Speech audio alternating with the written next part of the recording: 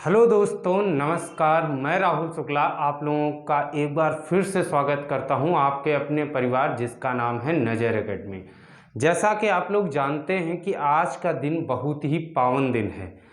आज का दिन यानी कि महाशिवरात्रि का दिन, आदि अनंत का दिन, कालों के काल महाकाल का दिन, भगवानों के भगवान भगवान शिव शंकर का दिन और आज उनकी बारात निकल रही है। सभी लोग जहां से देख रहे होंगे, चाहे वो यूपी के लोग हों, एमपी के लोग हों, कहीं के भी लोग हैं, हर जगह पे आज शिव जी की बारात निकाली जा रही है।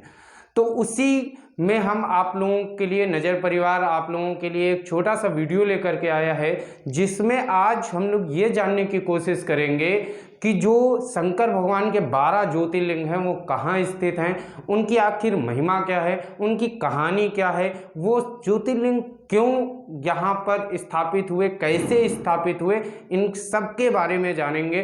तो यानी कि आप लोगों को बहुत ही रोचक जानकारी मिलने वाली है। तो रोचक जानकारी के लिए वीडियो में पूरी तरीके से बने रहिएगा, ठीक है। आपका बिल्कुल ज़्यादा समय नहीं लेंगे, लेकिन विश्वास मानिए आपको आज बहुत सारी नई चीज़ें जानने को मिलेंगी, ठीक है। तो वीडियो में बने रहिएगा। आइए शुरुआत करते हैं, और जैसे ही शुरुआत करते हैं तो एक शब्द के साथ शुरुआत करते हैं। वो शब्द कौन सा है? ओम नमः शिवाय।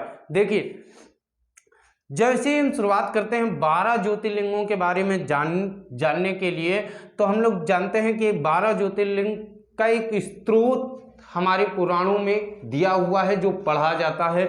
वो क्या है? सौराष्ट्र सोमनाथम च श्रीशैले मल्लिकार्जुनम उज्जैनी महाकाले ममलेश्वरम परल्या वैद्यनाथम च डाकिन्याम भीमशंकरम सेतु वंदे तु रामेशम नागेशम दारुकावने वाराणस्यां तु विश्वेशम त्र्यंबकम गौमती तटे हिमालये तु केदारम ग्रीष्मेशं च शिवालये एतानि ज्योतिर्लिंगानि सायं प्रातः पठे नरा सप्तजन्म कृतं पापम स्मरणेन विनश्यति। यानी कि केवल इस स्त्रोत को पढ़ने से आपको इतना पता चल जाता है कि ये 12 ज्योतिर्लिंग कहाँ पर हैं।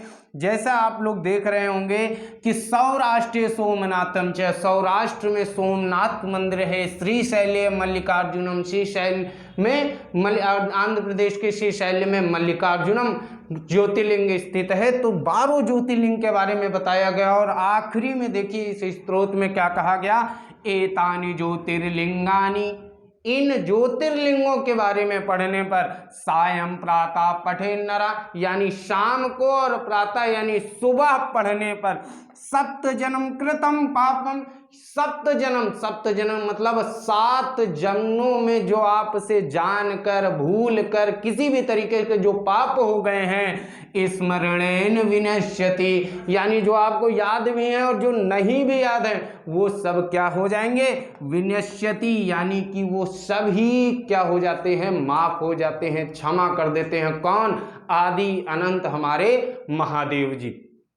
और नज़र परिवार की तरफ से आप लोगों को बहुत बहुत शुभकामनाएं। आइए एक एक ज्योतिर्लिंग के बारे में जानने की कोशिश करते हैं। सबसे पहले जो श्लोक में लिखा हुआ था, आप लोगों के सामने बिल्कुल सोमनाथ मंदिर आप लोगों के सामने बिल्कुल दिखाई दे रहा होगा, जो कहाँ स्थित है? गुजरात के सौराष्ट्र में, समुद्र के किनारे बिल्कुल। आखिर ये स्थापित कैसे हुआ, इसकी पूरी कहानी क्या है, आइए ये जानते हैं। एक राजा दक्ष थे। आप लोगों ने, जो लोग जानते हैं वो लोग जानते होंगे, राजा दक्ष थे, और राजा दक्ष की टोटल 27 बेटियां थीं।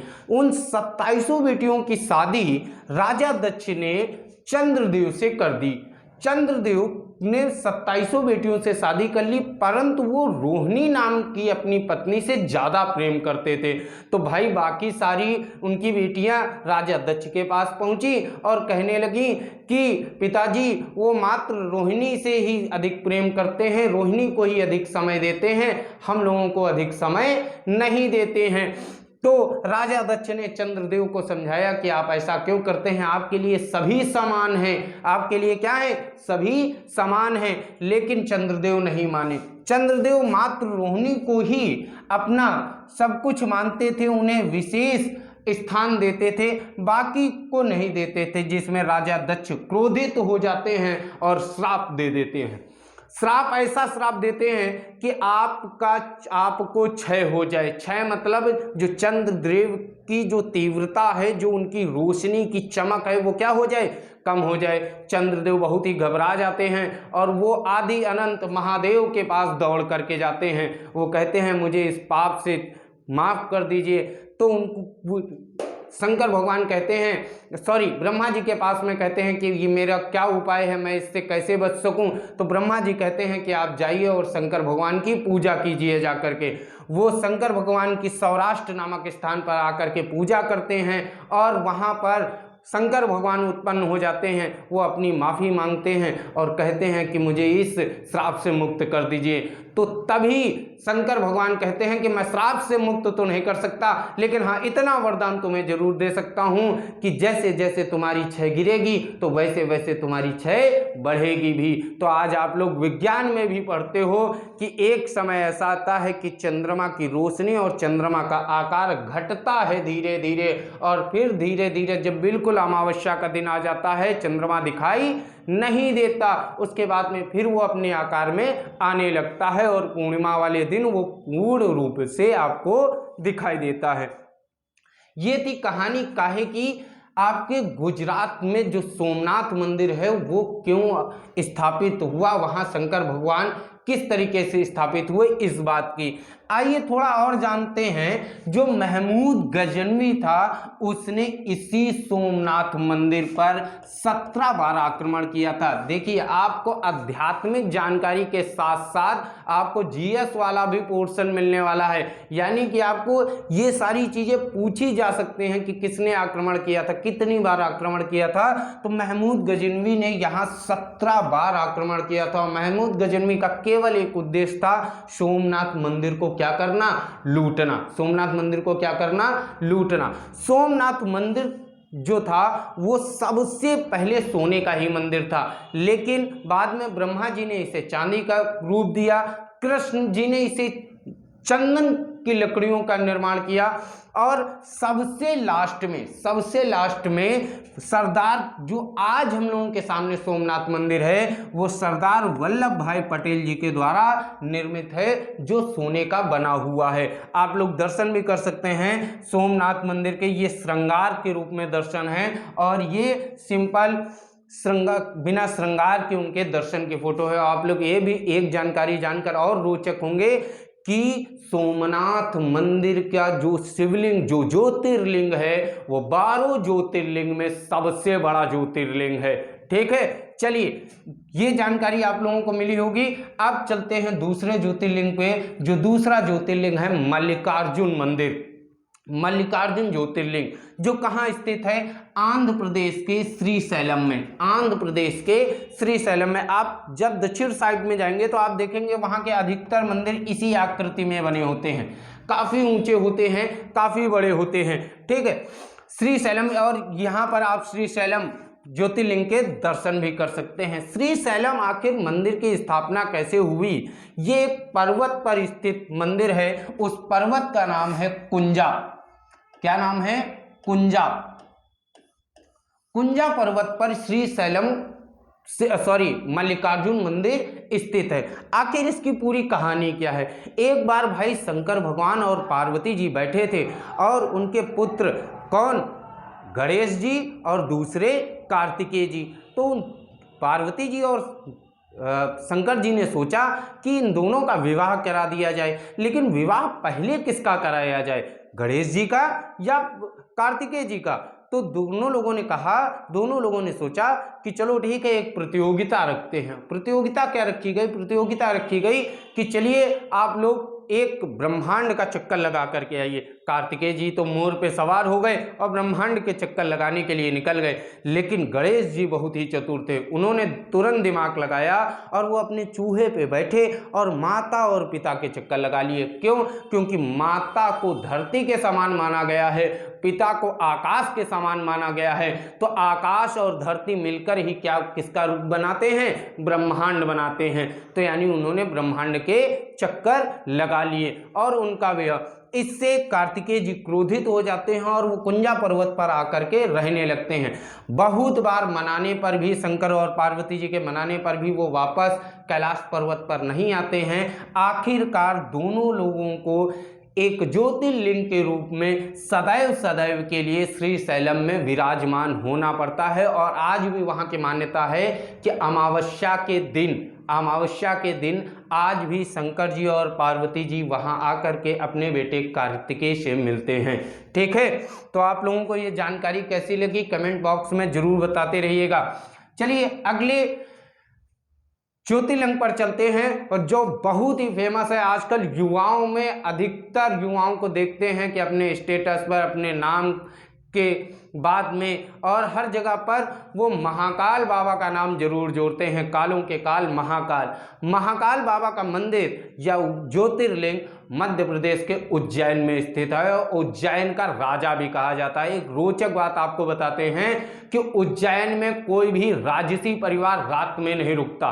क्यों? क्योंकि कहा जाता है कि उज्जैन का राजा केवल एक है, वो कौन है? महाकाल। यानी कि अगर प्रधानमंत्री, गृह मंत्री, राजसी परिवार का कोई व्यक्ति आता है, जैसे आपके राजसी परिवार के कौन है? ज्योतिरादित्य सिंधिया जी, अगर वो आते हैं उज्जैन किसी कार्य, किसी मीटिंग, किसी दौरे के लिए आते हैं, तो भले ही रात्रि का 12 बज जाए, वो उज्जैन में नहीं रुक सकते, उज्जैन में उन्हें रोका नहीं जा सकता। वो उसके पास की एक सिटी है जिसे इंदौर बोलते हैं, वहां जाकर के रुकते हैं। उज्जैन महाकालेश्वर मंदिर का निर्माण कैसे हुआ, महाकालेश्वर की स्थापना कैसे हुई, आइए जानते हैं।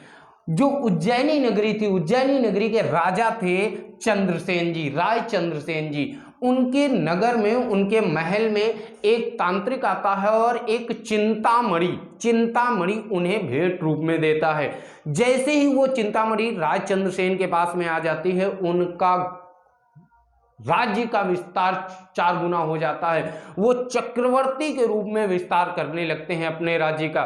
ये सारी चीज देख करके आस पड़ोस के जितने राजा थे वो लोग बड़ा भयभीत हो जाते हैं और इनके ऊपर आक्रमण कर देते हैं।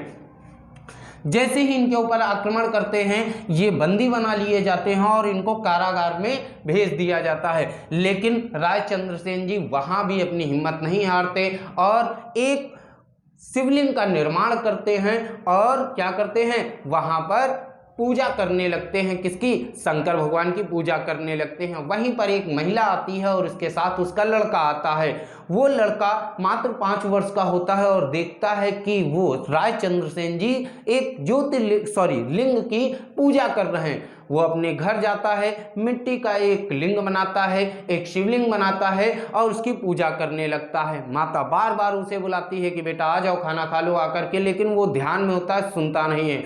माता वहां जाती है, उसे मारती है, सामान को पूरा फेंक देती है, ज्योतिर्लिंग को शिवलिंग को हटा देती है।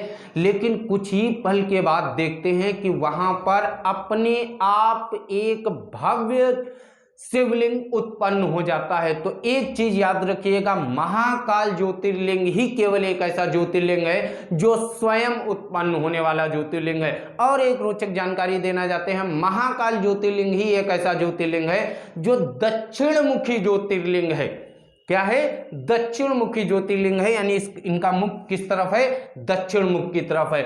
और एक चीज बता देते हैं, महाकाल बाबा की सुबह से लेकर शाम तक टोटल 5 आरती होती हैं, जिसमें 2 आरती विशेष रूप से बहुत अपनी मान्यता रखती हैं। एक आपकी होती है भस्म आरती, और दूसरी आपकी होती है श्रृंगार आरती। और ये श्रृंगार किसका किया जाता है? तो भांग का श्रृंगार किया जाता है। बोले बाबा को भांग बहुत पसंद थी, तो भांग का श्रृंगार किया जाता है। आप लोग देख रहे होंगे ये जो उनके ऊपर लगी हुई है वो क्या लगी है? भांग लगी है। और भस्म आरती की जाती है। आखिर भस्म क्या होती है?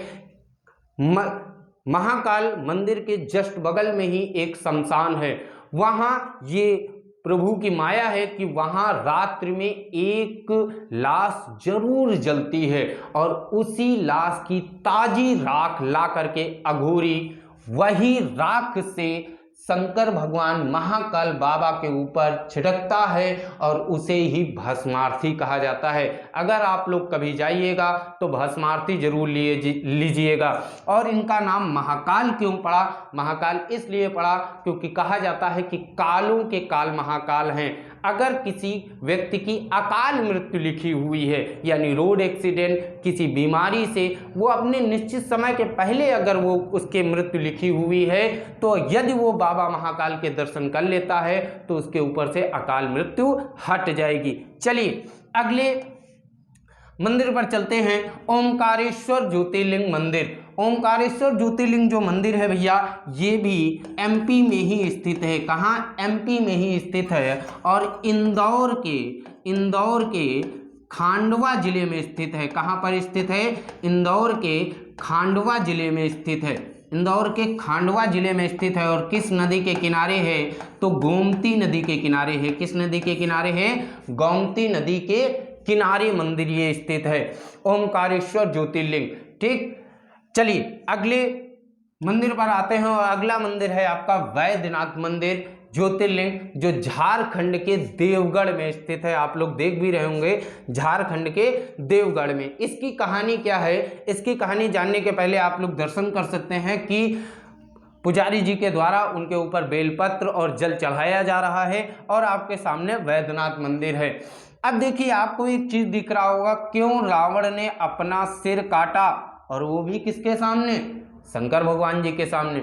तो यही वो ज्योतिर्लिंग है भैया जिसकी पूजा रावण किया करता था और रावण ने यहाँ पर वर्षों पूजा की और वर्षों पूजा करने के बाद में वो जब देखा कि अब भगवान हमसे खुश नहीं हो रहे हैं, शंकर भगवान हमें दर्शन नहीं दे रहे हैं, तो वो एक एक करके अपना सिर काटने लगा और सिर काट करके उसी ज्योतिर्लिंग पर चढ़ाने लगा।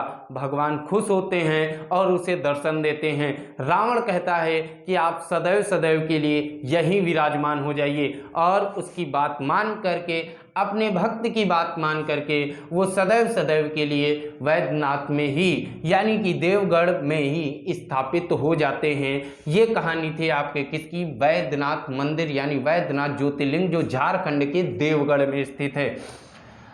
अगले ज्योतिर्लिंग पर चलते हैं। अगला ज्योतिर्लिंग है आपके सामने भीमाशंकर ज्योतिर्लिंग, जो महाराष्ट्र के पुणे में स्थित है। कहाँ स्थित है? महाराष्ट्र के पुणे में। ये भीमाशंकर नाम क्यों पड़ा?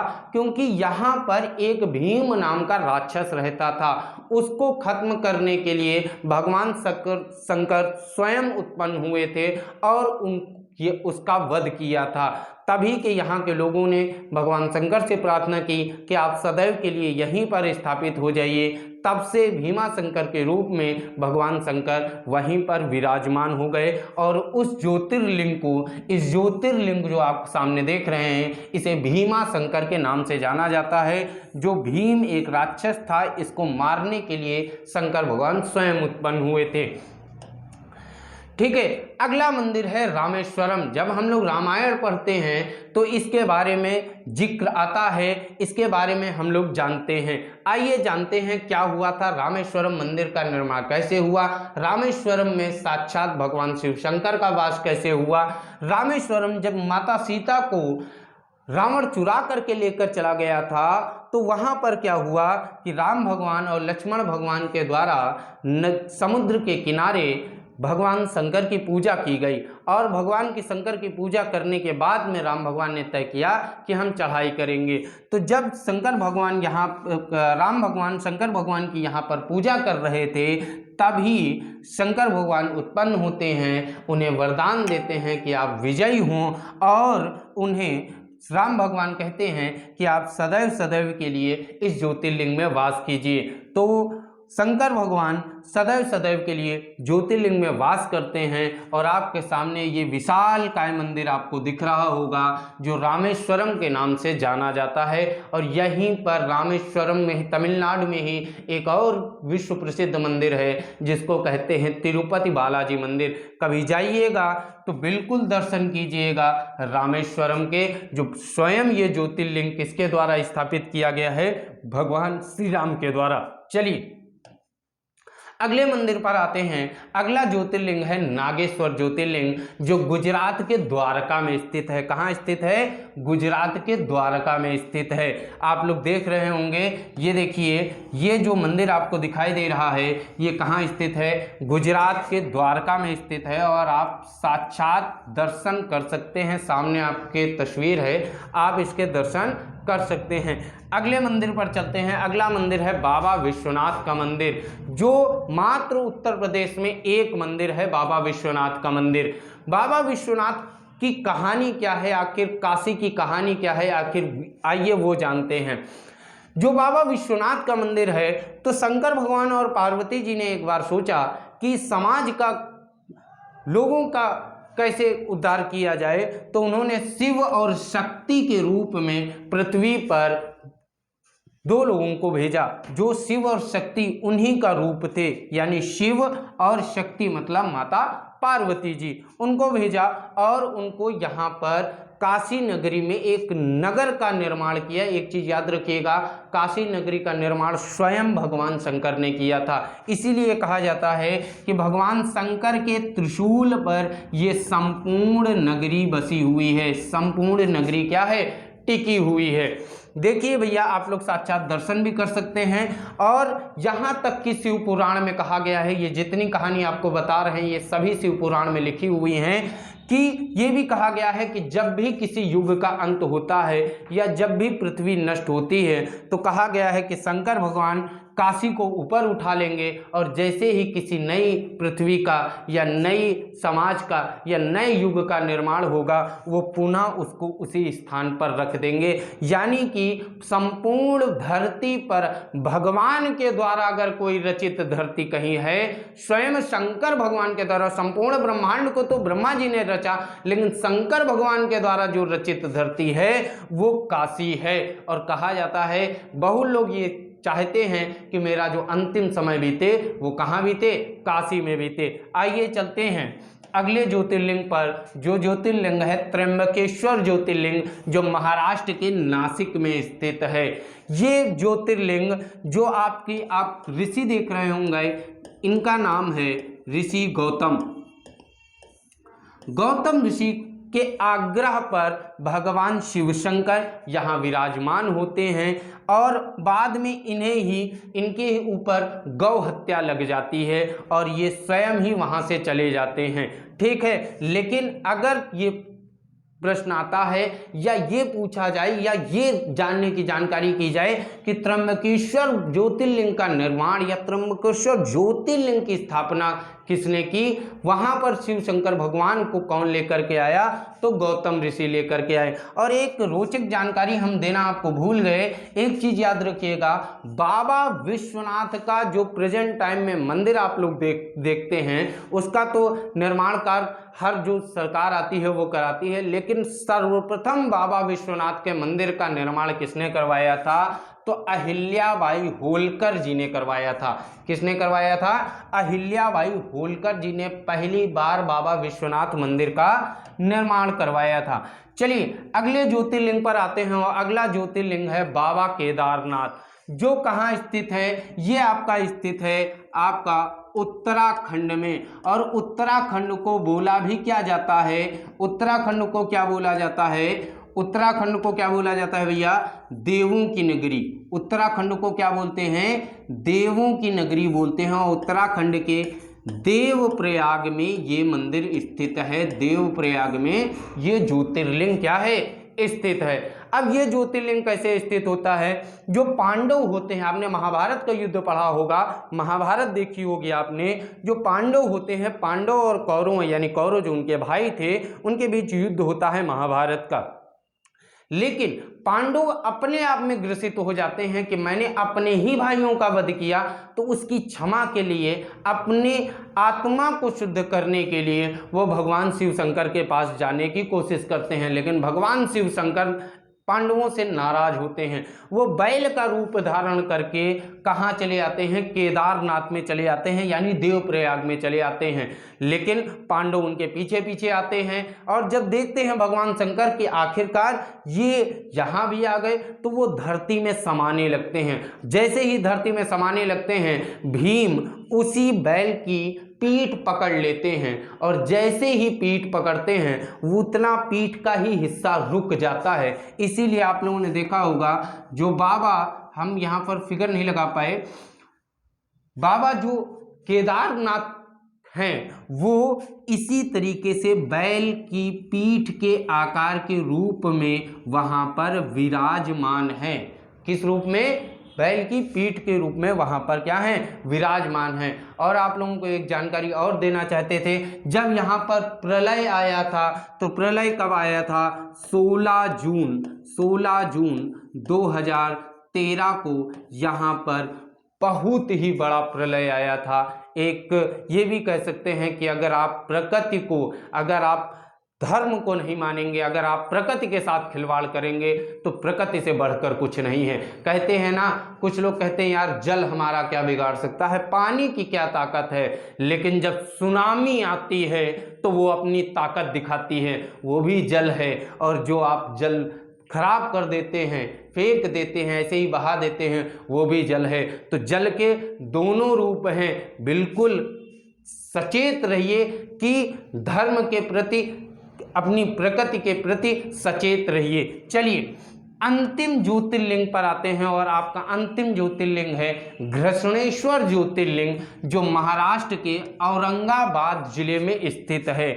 ये उसी जगह पर स्थित है जहां पर एलोरा की गुफाएं हैं। औरंगाबाद में ही तो एलोरा की गुफाएं हैं ना, तो औरंगाबाद में एलोरा की गुफाओं के जस्ट बगल में ही आपका घृष्णेश्वर ज्योतिर्लिंग स्थित है। यहाँ की कहानी ये बताई जाती है कि खुरमा नाम की एक लड़की थी, एक महिला थी, और उसकी एक लड़की थी जिसकी हत्या या जिसकी मृत्यु या जिसका वध उस खुरमा की ही बहन ने कर दिया था। और खुरमा भगवान शिव शंकर की बहुत बड़ी उपासक थी। उसकी बेटी को बचाने के लिए, उसको न्याय दिलाने के लिए स्वयं भगवान शिव शंकर आते हैं और उसकी बहन का वध कर देते हैं। खुरमा के द्वारा प्रार्थना की जाती है कि आप सदैव सदैव के लिए यहीं पर विराजमान हो जाइए।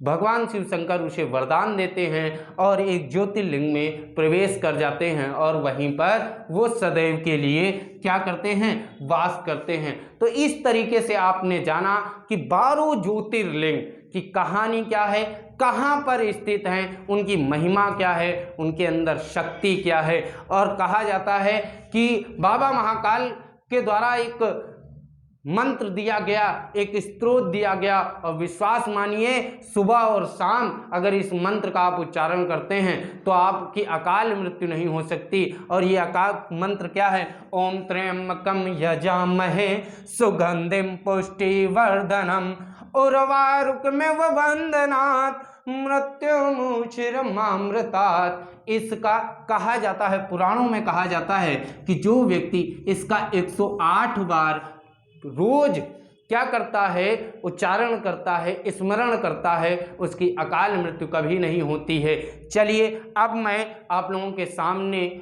नजर परिवार के संस्थापक, हम सभी लोगों के बड़े भाई, हम लोगों को मार्गदर्शन देने वाले नजर सर को बुलाता हूं, और नजर सर के द्वारा आप लोगों को शिवरात्रि की शुभकामनाएं दी जाएंगी। तो भाई जोरदार तरीके से आप लोग स्वागत कीजिए नजर सर का। सर नमस्कार दोस्तों, आप सभी लोगों को और संस्थान की ओर से, नज़र एकेडमी पूरी टीम की ओर से, परिवार की ओर से आप सभी लोगों को महाशिवरात्रि की ढेर सारी शुभकामनाएं। बच्चे, आप लोग राहुल सर को बहुत ही प्यार देते हैं, और राहुल सर भी आपको अलग अलग तरीके की रोचक जानकारियां लेके आते हैं और एक सही मार्गदर्शन देते हैं, सही दिशा देते हैं। बड़ी मेहनत कर रहे हैं, और कुछ करने का जज्बा है, कुछ करना चाहते हैं, बच्चों के लिए करना चाहते हैं, आप लोग इस कंडीशन में कर रहे हैं कि जिस कंडीशन में चोट लगी हुई है, हम मना भी कर रहे थे कि आप रेस्ट करिए, आराम करिए, लेकिन बच्चा मानने वाले नहीं हैं, क्योंकि एक जज्बा है, बच्चों के लिए कुछ करने का जज्बा है। तो बस इनको कोऑपरेट करते रहिए, सपोर्ट करते रहिए, पूरी टीम को सपोर्ट करते रहिए, हम सभी का साथ देते रहिए। दोस्तों, आप ही की बदौलत हम लोग कुछ कर सकते हैं, सपोर्ट और कुछ और भी अच्छा करने की कोशिश कर रहे हैं। नई नई चीज़ें, नए लोगों को जोड़ना चाहते हैं और अच्छे से अच्छा आपका मार्गदर्शन, यानी स्टडी से भी, कल्चर से भी और कंपटीशन से भी, हर तरीके से। क्यों राहुल सर? बिल्कुल सर, आप भी मेहनत कर रहे हैं जिस तरीके से, मतलब आप यकीन मानिए कि चोट लग गई है, एक्सीडेंट हो गया था, इत्तेफाक की बात है सामने, क्योंकि गाड़ी तो सही चला रहे थे लेकिन सामने भैंस आ गई थी सामने भैंस आ गई। तो क्या है ना कि दिक्कतें आती हैं। तो मॉर्निंग में हमसे बात हुई और कहने लगे कि सर नहीं, एक वीडियो डालना है महाशिवरात्रि के पर्व पे, और थोड़ा सा जो 12 ज्योतिर्लिंग हैं वो रोचक जानकारियाँ बच्चों को पहुंचानी है। तो बच्चे बस यही चीज़, हम भी गांव की ओर निकल रहे थे, हमने कहा फिर हमको भी वापस आना पड़ा, हम भी ना नहीं कर पाए क्योंकि अब राहुल सर है, ना कैसे कर दें। तो भैया बहुत ही प्यार देते हैं आपको, आप भी प्यार देते हैं, बहुत अच्छी बात है। और बहुत इंजॉय करिए, बारात का स्वागत करिए, शिवरात्रि का पर्व है। बहुत नज़र एकेडमी पूरी टीम की तरफ से एक बार फिर से, और राहुल सर की तरफ से भी ढेर सारी शुभकामनाएं। घर पे रहिए, सुरक्षित रहिए और इस उत्सव को मनाते रहिए और साथ साथ में पढ़ते भी रहिए। तो चलिए अब मिलते हैं एक नए वीडियो में, जो वीडियो आपका किसी जानकारी का होगा या फिर डेली शाम की क्लास, आपको आप लोग जानते ही हैं कि 6:30 बजे हम साइंस की क्लास लेकर के मिलते हैं। नज़र सर रात को 8 बजे मैथ की क्लास लेकर के आते हैं, तो वहाँ भी जुड़ते रहिए। अगर आप लोगों को ये वीडियो कैसा लगा है इसकी भाई जानकारी कमेंट बॉक्स में जरूर दीजिए। सब मेहनत करें तो कमेंट देखें, मतलब हम लोगों को ये पता चलता है कि आखिर हम लोगों ने जो मेहनत की है वो आप लोगों तक कैसी पहुंची है कि वास्तव में बच्चों को अच्छा लगा है कि नहीं लगा है, कैसा लगा है, कि वास्तव में इससे हौसला बढ़ता है टीचर का नई जानकारी जुटाने का, उसको और भी मतलब कि नई नई जानकारियाँ दी जाए, ज़्यादा से ज़्यादा मतलब वो मेहनत करने की कोशिश करते हैं। तो कमेंट बॉक्स पर भी कमेंट करना ना भूलिएगा और वीडियो को लाइक और शेयर करिएगा और चैनल को सब्सक्राइब करें। मिलते हैं, बाय बाय, टेक केयर।